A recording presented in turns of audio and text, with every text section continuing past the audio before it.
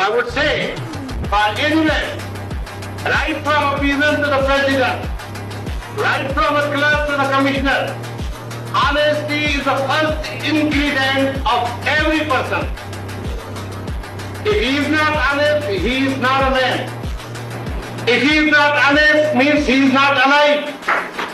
If he is not honest, means he declares his dead spiritually and physically.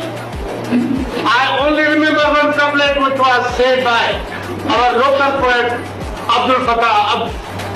जो बार हिला लिया कि देखाई तो रिश्वत कहीं ढूंढते हुए छोटे छोटे आवाज ना आए।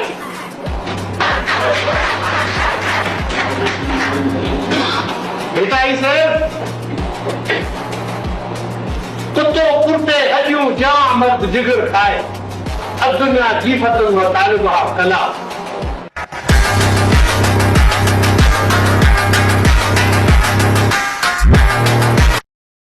I would say